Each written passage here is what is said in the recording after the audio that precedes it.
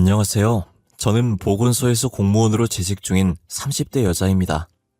가끔 재밌는 영상 같은 걸 보다가 우연히 알고리즘을 통해 이런 곳이 있다는 걸 알게 되었는데 들어보니 감동적이거나 재밌는 사연도 많고 가끔 듣는 저까지 화나게 만드는 사연들도 많더라고요.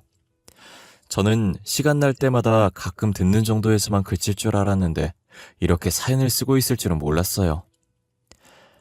시대가 많이 변하다 보니 요즘을 결혼을 안 하는 추세로 바뀌고 있잖아요. 몇 년 전까지 저도 비혼을 선언한 사람들 중에 한 사람이었거든요.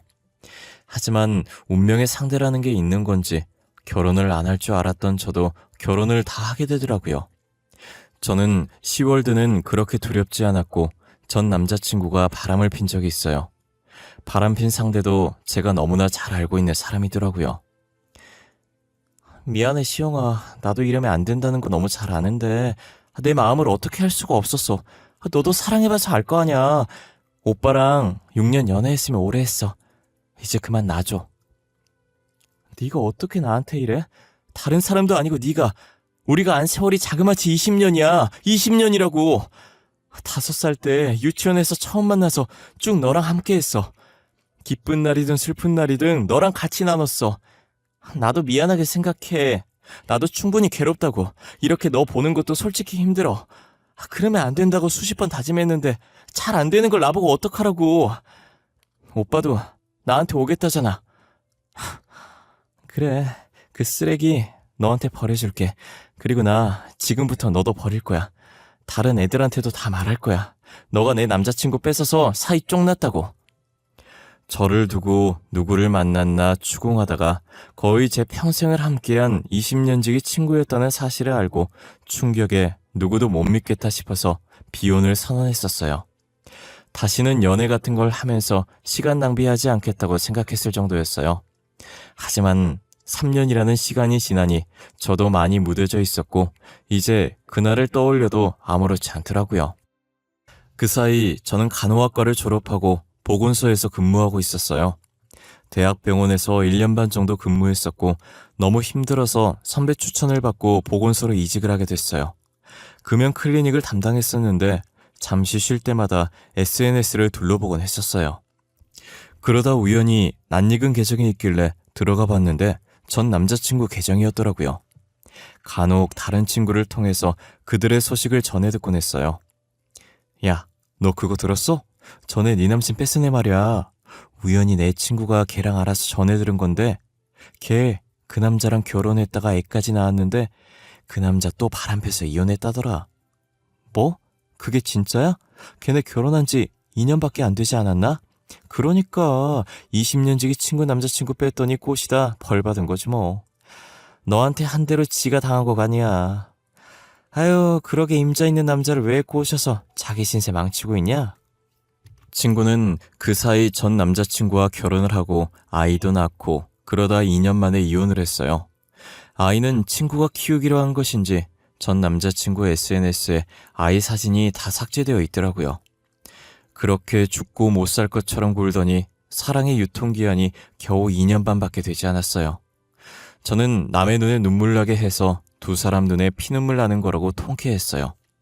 누군가 제 앞에 서 있는 것도 모를 정도로 전 남자친구 SNS에서 사라진 친구의 흔적을 보고 소리 없이 입술을 깨물면서 웃고 있었어요. 그렇게 한참을 웃고 있는데 제가 앉아있는 책상을 누가 손가락으로 똑똑 두드리더라고요. 저는 놀라서 움찔거리면서 앞을 쳐다봤어요. 또 오셨어요? 아직 금연 못 하신 거예요? 한동안 안 보이시는 것 같아서 금연하신 줄 알았는데. 저 금연했어요. 이제 담배랑은 완전히 끝! 오늘은 금연 때문에 여기 온 게 아니라 시영쌤, 아니 시영씨한테 볼 일이 있어서 온 거예요. 네? 저한테요? 저한테 무슨 볼 일이... 혹시 저번 교육에 뭐 두고 가신 거라도 있으세요? 진짜 눈치 없으시네요. 저 시영씨한테 관심 있어요. 그래서 데이트 신청하러 온 거예요. 혹시 오늘 마치고 시간 되세요? 괜찮으시면 저랑 같이 저녁 드실래요? 제가 평소에 누군가가 제게 데이트 신청을 하면 대부분 거절하는 편이었거든요. 그런데 이상하게 그날을 저도 모르게 거절하지 않았고 그러자고 고개를 끄덕거렸어요. 될 사람은 어떻게든 된다고 이 사람이 제 운명의 짝이었다는 걸 알고 저도 알고 있었나 봐요. 같이 저녁을 먹는데 거부감도 안 들었고 오히려 말도 잘 통하고 편했어요.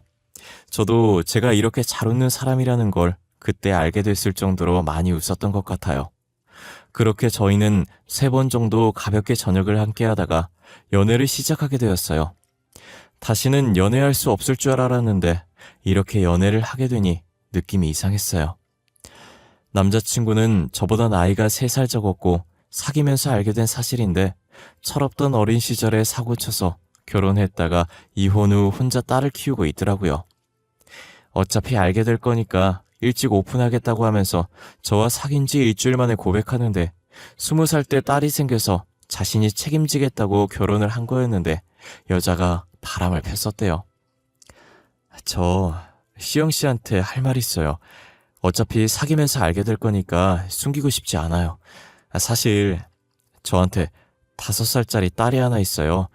20살 때 사고 쳐서 일찍 결혼했거든요. 그럼 이혼하신 거예요? 아, 당연히 이혼했으니까 저랑 만나고 계시겠죠. 질문이 조금 이상했네. 혼자서 딸 키우고 계신 거예요? 네, 와이프가 바람을 펴서 이혼하게 됐는데 자기는 아이 데리고 갈 생각이 없다더라고요. 그래서 제가 키우겠다고 했어요. 어차피 딸도 엄마에 대한 정이 없어서 저한테 오려고 했고요. 아, 그러셨구나. 저도 남자친구가 제 20년지기 친구랑 바람피는 바람에 헤어졌거든요. 저는 다시는 연애 안 할 줄 알았어요. 그냥 준현 씨만 과거 말하면 민망할까봐 저도 말해봤어요. 늘 밝은 사람이었고 저한테도 좋은 에너지를 많이 줘서 몰랐는데 저와 같은 아픔이 있었더라고요. 같은 경험을 해서 그런지 서로를 더 이해하게 되고 저희 관계가 더 단단해진 것 같은 느낌이 들었어요. 아무래도 그런 부분에서 예민해져 있을 테니 오해할 일이 생기지 않게 늘 일상을 공유했던 것 같아요. 가끔 남자친구가 딸과 함께 있는 사진을 보여주는데 한 번쯤은 만나보고 싶다는 생각이 들더라고요. 그래서 망설이다가 용기를 내서 딸아이가 보고 싶다고 했고 남자친구는 제 말에 활짝 웃으면서 딸에게 관심 가져줘서 고맙다고 말하더라고요. 저는 별로 한 것도 없는데 남자친구가 너무 좋아해줘서 민망할 정도였어요. 그렇게 며칠 뒤 딸아이를 만나게 되었고 딸은 남자친구랑 성격이 똑 닮아서 굉장히 밝았어요. 제가 딸에게 주려고 곰돌이 인형 사서 갔더니 방방 뛰면서 좋아하더니 처음 보는 제게도 낯을 안 가리고 달려와서 폭삭 안기더라고요. 지유가 낯을 안 가리나 봐요. 초면인 저한테도 이렇게 안기는 거 보면 아니에요. 얘 낯 엄청 가려요. 그런데 신기하게 시영 씨한테는 낯을 안 가리네요. 지유가 이런 적이 처음이라 저도 많이 당황스럽네요. 아빠 여자친구야? 그럼 지유 엄마야? 나도 이제 엄마가 생기는 거야? 지유야, 이분은 아빠 여자친구지 지유 엄마가 아니에요. 그렇게 부르면 안 돼. 그냥 그렇게 부르게 놔둬요. 저는 괜찮아요. 지유는 내가 엄마 해줬으면 좋겠어? 오늘 처음 봤는데 내가 어떤 사람인 줄 알고 엄마라고 부르는 걸까? 좋은 사람. 곰돌이 인형 사온 사람은 좋은 사람이야. 엄마, 저랑 오늘 소꿉놀이에요. 며칠 전에 아빠가 소꿉놀이 장난감 사줬어요. 그거 같이 해요. 남자친구는 딸의 행동에 난처한 듯 어쩔 줄 몰라 했고 저는 딸의 손에 이끌려서 소꿉놀이도 해주고 책도 읽어주면서 열심히 놀아줬어요. 딸은 아직 어려서 그런지 엄마의 기억이 아예 없는 것 같았어요. 저는 그런 딸이 안쓰러웠고 제게 엄마라고 부르는 걸 보고 진짜 엄마가 되어주고 싶었어요. 딸은 열심히 놀고 지쳤는지 제가 책을 읽어주고 있었는데 조용해서 보니 잠이 들었더라고요. 이불을 덮어주고 저도 갈 준비를 하려고 겉옷을 입고 있었어요. 오늘 저희 딸 때문에 힘들었죠. 죄송해요. 원래 그런 애가 아닌데. 참. 아니에요. 괜찮아요. 하나도 안 힘들었어요. 딸이 엄마 없이도 씩씩하고 밝게 잘 컸네요. 말도 잘 듣고. 성격이 준현 씨를 많이 닮은 것 같아요. 사람을 웃게 만들어요. 그런가요? 혹시나 엄마 없다고 기죽을까봐 걱정했었는데 저렇게 잘 커주니 고마워요. 준현 씨만 괜찮다면 제가 지유 엄마가 되어주고 싶어요. 순간적인 감정 아니고 딸 있다는 말 들었을 때부터 생각 많이 했었어요. 오늘 이렇게 지유 보고 나니까 마음 정리가 다 됐고요. 이런 곳에서 프로포즈 아닌 프로포즈를 할 생각이 아니었는데 지금 아니면 이런 말 못할 것 같아서 속에 있는 말을 내질렀던 것 같아요. 남자친구는 제 말에 흔들리는 눈으로 보다가 이내 닭똥 같은 눈물을 흘리더라고요. 저는 남자답지 못하게 왜 울고 그러냐며 남자친구의 등을 토닥이며 달랬어요. 남자친구는 제게 연신 고맙다고 자기가 앞으로 더 잘하겠다고 말하면서 숨 넘어갈 듯 울었어요. 와중에 딸도 남자친구 울음소리에 깨서 같이 울고 난리도 아니었어요. 저는 남자친구 달랬다가 딸 달랬다가 진짜 잊지 못할 추억 하나 만들었다 생각했어요. 결혼 얘기가 나온 뒤로 곧바로 저희 부모님에게 인사를 드리러 갔어요. 그리고 시어머니와도 인사를 하려고 하는데 남자친구가 계속 시어머니와의 약속을 잡지 않는 거예요. 상견례도 해야 하고 결혼식 날짜도 잡아야 하고 할 게 태산이었거든요. 그런데 시어머니께 인사드리러 가자는 얘기를 안 하더라고요. 어머님께 언제 인사드리러 갈 거야? 빨리 어머니께 인사드리고 상견례하고 결혼 날짜를 잡아야 예식장 예약도 하고 청첩장도 만들 거 아니야. 우리 상견례 없이 우리끼리 날짜 정해서 결혼하면 안 될까? 사실 내가 어머니랑 사이가 안 좋아. 어머니가 내 결혼식에 오는 거 싫어. 그래도 자기 가족이라곤 어머님밖에 없다며. 가족 없이 결혼식 하는 건 좀 그렇지 않아? 나야 상관없긴 하지만 그냥 어머니 없이 하자, 응? 장인 장모님께는 내가 잘 말씀드릴게. 나 진짜 싫어서 그래. 어머니가 내 결혼식 안 왔으면 좋겠어. 그렇게 하게 해줘. 저는 처음 보는 남자친구의 단호한 모습에 그렇게 하기로 했어요. 그렇게 시어머니의 얼굴을 한 번도 보지 못한 채 결혼을 하게 됐어요. 그래도 유일한 남편 가족이라 인사도 없이 이렇게 지내는 건 예의가 아닌 것 같다는 생각에 남편이 잘 때 몰래 휴대폰을 뒤져서 시어머니의 연락처를 찾아냈어요. 저는 늦은 시간이라 그래서 날이 밝고 점심시간 때쯤 시어머니께 연락을 드렸어요. 전화로 인사드리려다가 그냥 만나서 인사드려야겠다는 생각에 간단하게 카페에서 만나자고 했어요. 처음 보는 시어머니에다 남편 없이 혼자서 만나려니 긴장이 되더라고요. 물 한 잔 마시는데 어찌나 떨리던지 손에 식은땀까지 났었어요. 제가 긴장한 게 무색할 정도로 시어머니께서는 생각보다 평범한 사람이었고 제게 친자식처럼 살갑게 대해주셨어요. 어머, 아가씨가 우리 준현이랑 결혼한 사람인가 보네. 아, 이제 아가씨가 아닌가? 어떻게 나한테 연락할 생각을 다 했어. 우리 아들도 나한테 연락 안 하는데 말이야.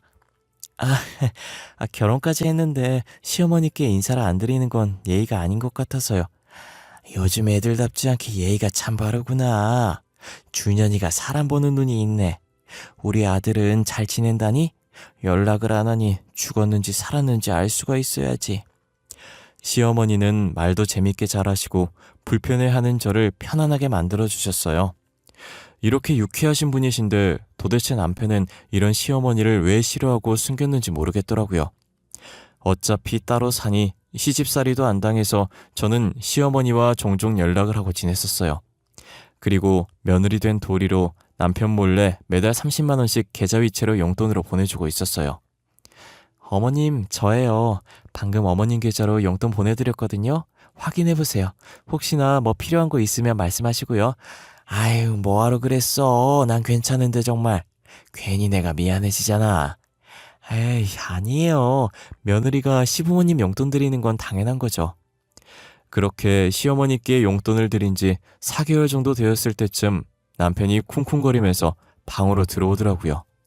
그러더니 제 이체 내역서를 손에 쥐고서 이게 뭐냐고 화를 내는 거예요.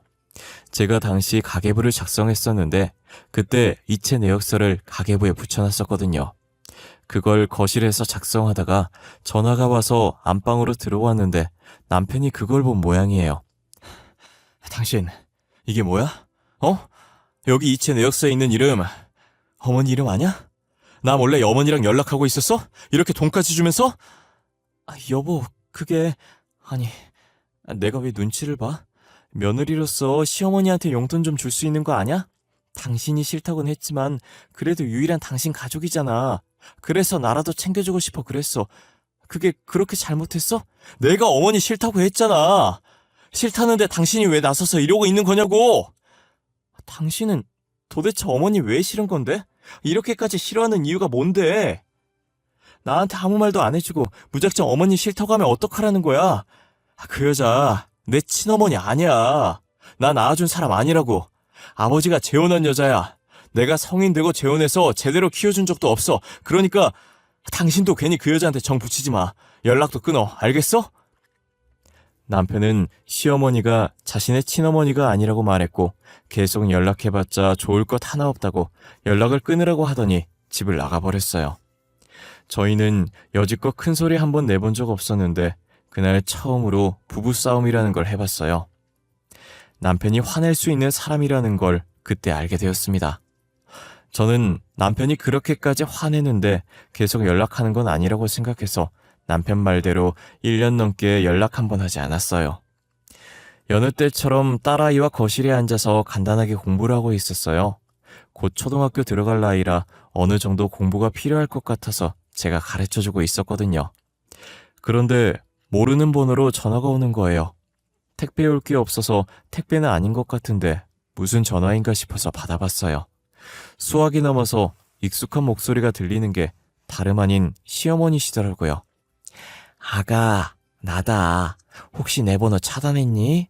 아무리 연락을 해도 안 받더니 내가 번호 바꾸고 연락하니 받네. 나 정말 서운해. 그게 저번에 버튼 잘못 눌러서 연락처가 다 날아갔었는데 제가 모르는 번호를 안 받아서요. 어머님 번호를 못 이어서 어머님 전화인 줄 몰랐어요. 오늘은 중요한 택배 올 게 있어서 받아본 거고요. 그랬니? 난 그것도 모르고 괜히 오해할 뻔했잖아. 아니 내가 너한테 전화한 건 다름이 아니라 내가 몸이 좀 안 좋아서 입원을 해야 하는데 병원비가 없어서 말이야. 지금 좀 급한데 100만 원만 보내줄 수 있니? 많이 안 좋으세요? 어디가 얼마나 안 좋으신 거예요? 많이 안 좋은 건 아니고 허리를 조금 다쳤어. 그래서 입원하면서 치료를 받아야 한다네? 근데 내가 돈이 없어서 입원을 못하고 있어. 염치 없지만 너한테 병원비 좀 부탁하려고 연락했어. 아니에요. 다른 것도 아니고 아파서 병원 가신다는데 제가 드려야죠. 그때 그 계좌로 보내드리면 되는 거죠? 제가 바로 보내드릴게요. 저는 시어머니께서 아프다는 소리에 더 생각할 것도 없이 바로 돈을 보내드렸어요. 이제껏 용돈도 못 준 게 미안해서 100만 원 보내달라는 거 150만 원 보내드렸습니다. 그런데 다음 달에 또 연락이 오신 거예요. 아가, 이런 일로 계속 연락하면 안 되는 거 아는데 50만 원만 어떻게 안 될까? 내가 월세를 내야 하는데 돈이 없구나. 50만 원이요? 어쩌죠? 이번 달에 저희가 지출이 많아서 조금 힘들 것 같은데 내가 진짜 급해서 그래. 집주인이 오늘 안 내면 당장 집을 빼라잖니. 내가 오죽 부탁할 곳이 없으면 너한테 부탁을 다 하겠니? 알겠어요. 이번이 마지막이에요. 다음부턴 어떤 이유도 안 드릴 거예요. 저는 시어머니가 급하다고 당장 집에서 쫓겨나게 생겼다고 하시길래 돈을 드렸어요. 그런데 그 다음 달에도 또 돈을 달라고 연락이 온 거예요. 병원비에 월세, 이젠 보험비가 연체됐다고 하더라고요. 아가, 내가 진짜 미안해. 당장 60만 원만 어떻게 안 될까? 보험비가 2달치 밀렸다고 지금 안 내면 해지해야 된다더라고. 해지하면 원금도 못 찾는다던데 그동안 넣은 게 얼마나 아까워. 어머님, 제가 저번에도 마지막이라고 다음부턴 돈 안 드리겠다고 분명히 말씀드린 것 같은데요. 아휴, 그래, 미안하다. 나도 염치도 없지. 아무리 돈 빌릴 데가 없어도 며느리 돈을 뜯어. 내가 다시는 이런 부탁 안 하마. 정말 미안하구나. 끊으마. 어머님, 이번이 진짜 마지막이에요. 다음부턴 없어요. 알겠죠? 아유, 고맙구나. 진짜 너무 고마워. 내가 이 은혜를 어떻게 다 갚아야 할지. 다음부턴 이런 부탁 절대 하지 않으마. 약속하마.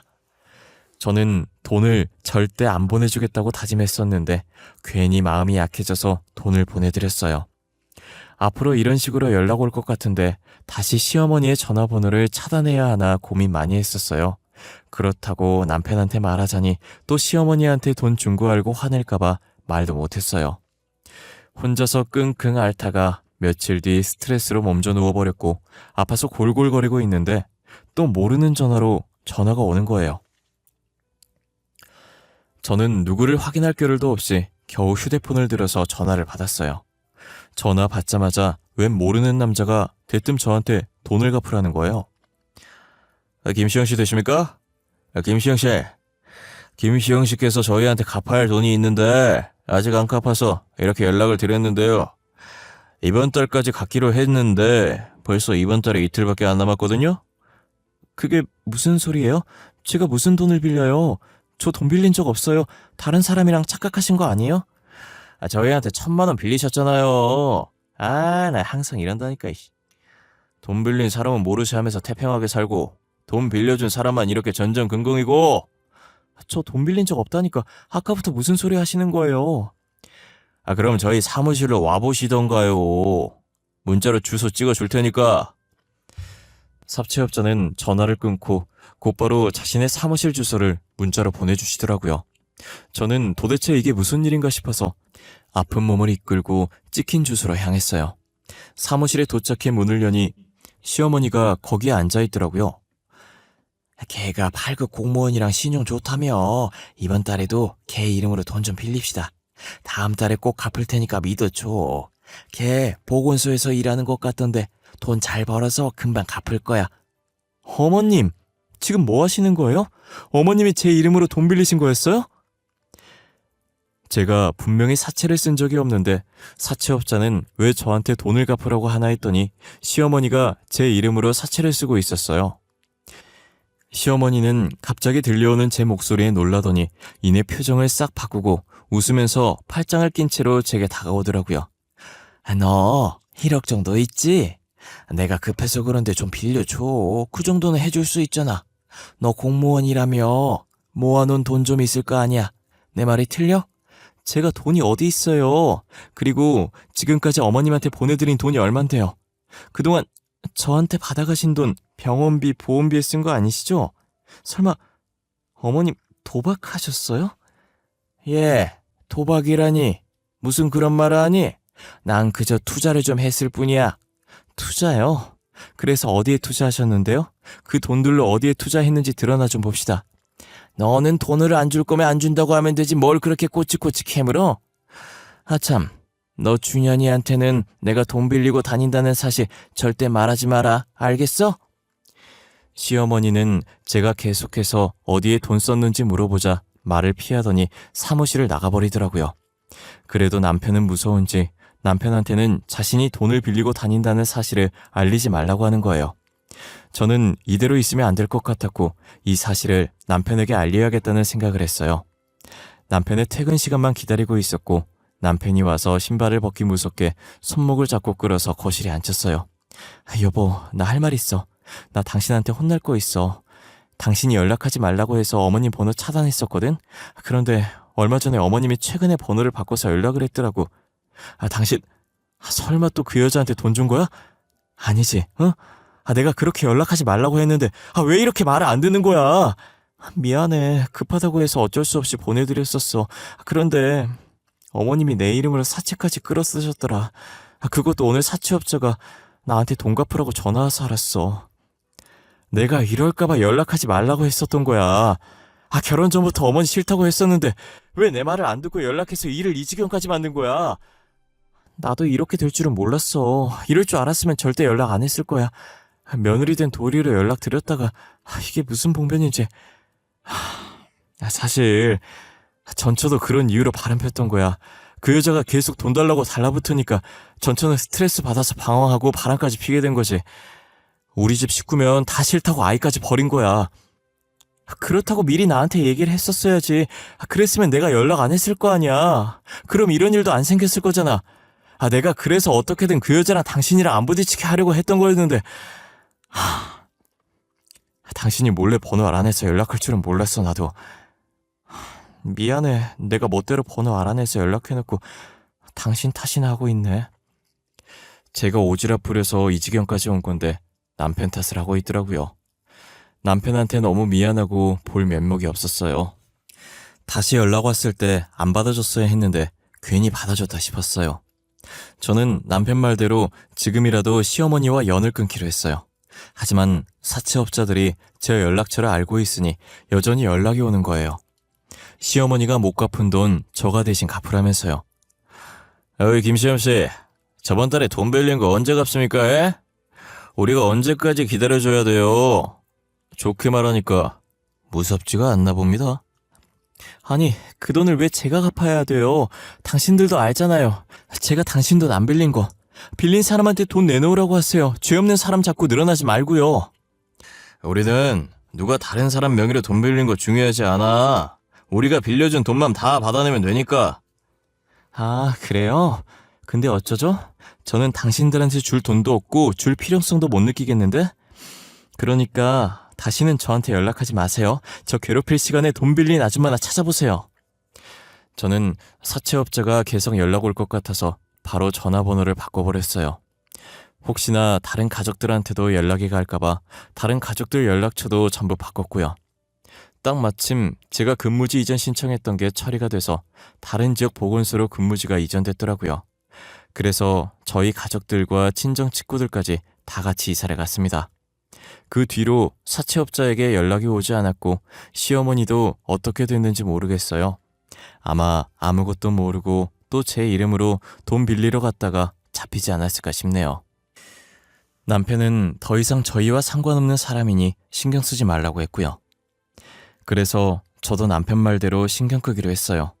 어차피 딸아이 키우느라 바빠서 신경 쓸 시간이 없기도 했고요.